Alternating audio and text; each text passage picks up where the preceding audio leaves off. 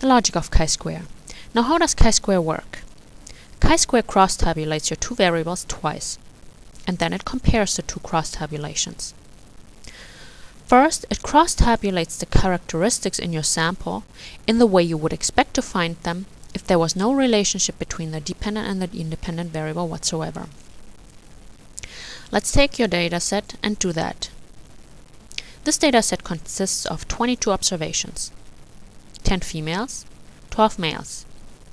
11 people like football and 11 don't. The chi-square test will first take the males and the females and assign the 11 answers on football to them in a way that assumes no relationship between sex and affinity for football whatsoever.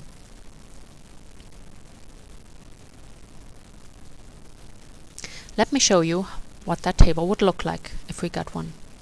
Analyze, descriptive statistics, cross tabs. You select the independent variable and then the dependent variable and assign them to rows and columns, and then we choose the expected values. Click Continue. So if there was no relationship between sex and football, the football responses would be distributed across the sex categories like this. 5 females would say yes, they like football, 5 would say no. 6 males would say yes, 6 would say no. Note that it says expected count. This is the first cross-tabulation. It contains the so-called expected values.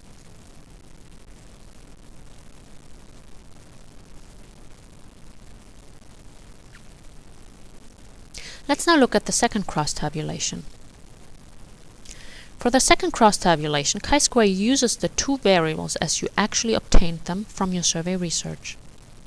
This table simply captures the combination of answers to the sex and football questions as you got them from your respondents. The table looks like this.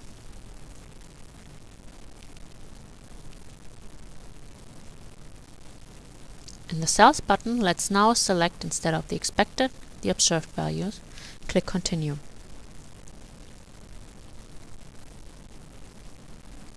This table contains the so-called observed value, and notice that it says here count, not expected count.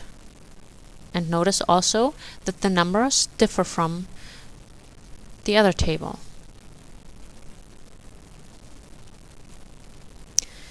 Then chi-square superimposes the two tables and compares them. Let's do that now too. Analyze descriptive statistics. And this time we select both observed and expected.